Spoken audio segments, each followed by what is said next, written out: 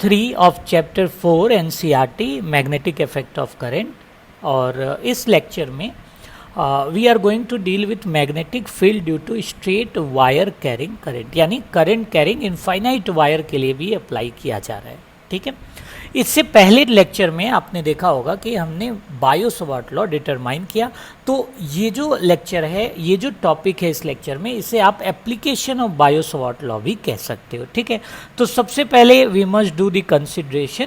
तो आप देखिए यहाँ पे हमारे पास लेट सपोज एक करंट कैरिंग करंट है, आपको दिख रहा होगा एक वायर है जिसमें करंट कैरिंग, जो करंट का डायरेक्शन है वो अपवर्ड डायरेक्शन में है। और बायो सवार्ट लॉ के according D B equal to mu naught I dl sin theta by 4 pi R square. So let us consider P B the point जहाँ पे हमें मैग्नेटिक फील्ड निकालना है।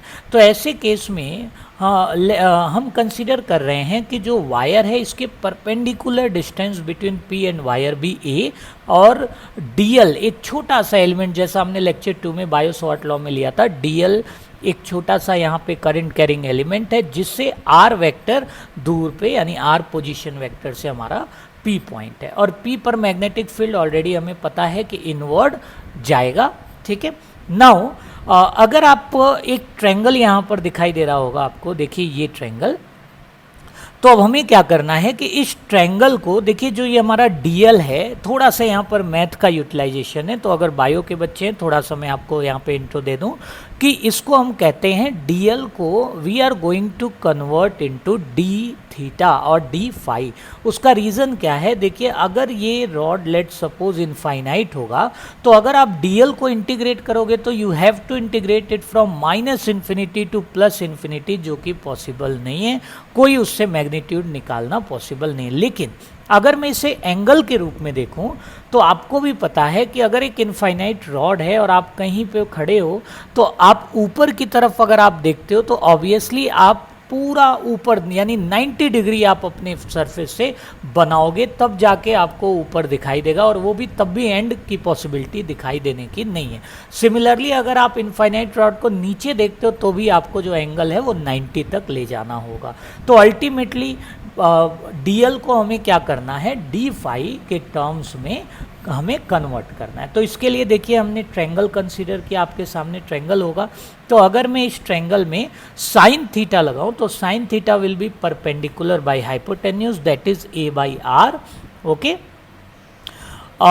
which is now in terms of phi angle we can write it as cos phi is equal to a by r. Now what will be r? तो r can be written as a by cos phi. ठीक है, next चीज आप इसी triangle में आपको दिखाई दे रहा होगा यहाँ पर tan phi। अगर आप tan phi कैलकुलेट करते हो तो tan phi can be written as l by a. Now l can be written as a tan phi। अब हमें dl को d phi में कन्वर्ट करना है, तो l is equal to a tan phi को अगर मैं डिफ्रेंशिएट करूं विथ रिस्पेक्ट टू phi, यानी अगर मैं दोनों side dl by d phi करता हूं, ठीक है, तो what we get is we get dl by D phi is equal to a tan phi का डिफ्रेंशिएशन हो जाएगा sec square phi with respect to phi, तो dl is equal to a sec square phi d phi। ठीक है, now dl की value आप equation number 1 जो कि बायो सवार्ट लॉ है, अगर इसके अंदर आप सब्स्टिट्यूट करते हैं, यहाँ पर देखिए, और साइन थीटा की जगह अगर आप सब्स्टिट्यूट करते हैं कॉस फाई, तो आप देखिए sec square phi will be cancel out, क्योंकि 1 बाई कॉस फाई, इसमें r is equal to a by cos phi को मैं लिख सकता हूँ a सेक फाई, और बाद में जब मैं r स्क्वायर की जगह a सेक फाई रखूंगा तो ये हो जाएगा a square sec square phi, और ऊपर नीचे से आपका sec square phi will be cancel. What you will get is D B equal to mu naught by 4 pi I cos phi D phi by A. ठीक है, now अभी हमने बताया कि जब हम इन्फिनिटी का केस लेंगे तो हमें ये याद रखना है कि जो लिमिट देना है वो -90 से +90 की तरफ देना है। लेकिन यहाँ पर हम एक फाइनाइट वायर ले रहे हैं, तो लेट सपोज नीचे का एंगल आप देख रहे होगे φ1 हो और बेस से ऊपर का एंगल अगर φ2 हो, तो we can integrate it as -φ1 to φ2। ठीक है, तो b will be equal to integration of db and limit will be -φ1 to φ2।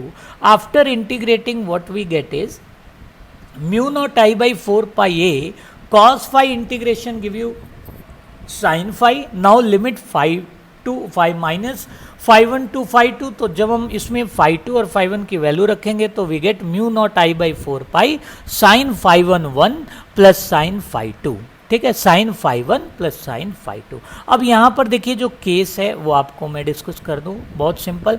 अगर मैंने वायर को इनफाइनाइट लिया तो स्टार्टिंग में ही मैंने आपको बताया था कि अगर आप वायर को इनफाइनाइट ले लोगे तो φ1 और φ2 की वैल्यू π/2 हो जाएगी, यानी आप इंटीग्रेट करोगे माइनस π/2 से π/2, या आप डायरेक्ट इसमें अगर हम वैल्यू रखते हैं φ1 और φ2 की π/2 तो आप देख रहे होगे sine 90 plus sine 90 give you 2, तो what you will get is you will get mu naught 2i by 4πa. Now 2 can be cancelled from numerator and denominator. You get b is equal to mu naught i by 2πa. And direction already we applied. The direction of b is the same as the direction of dl cross r. अच्छा, CBSE board में बार बार एक graph पूछा जाता है और भी competitive exam में एक ग्राफ पूछा जाता है, तो आपको हमेशा याद रखना है कि आपका जो ग्राफ होगा आपके पास दिख रहा होगा, आप दो पोजीशन में, एक साइड प्लस है और एक साइड आपको रखना है माइनस है, और आपको ग्राफ प्लॉट कर लेना है बी विथ रिस्पेक्ट टू ए, ठीक है। और यहाँ पर एक आपको मैं दोबारा से बता दूं कि कैसे डायरेक्शन निकालते हैं, क्योंकि फील्ड वेक्टर क्वांटिटी तो आपको मैग्नीट्यूड के साथ डायरेक्शन भी निकालना है। तो ये जो आपका v equal to mu naught I by 2π ये आया बच्चों, ये है आपका मैग्नेटिक फील्ड का मैग्नीट्यूड। और डायरेक्शन निकालने के लिए देखिए आपके पास राइट हैंड थंब रूल है जो कि आप अप्लाई कर सकते हो। इससे पहले वाले लेक्चर में भी हमने इसको बहुत डिटेल में डिस्कस किया है, ठीक है। तो बाकी चीज़ें हम नेक्स्ट क्लास में डिस्कस करेंगे। Thank you, thanks for watching.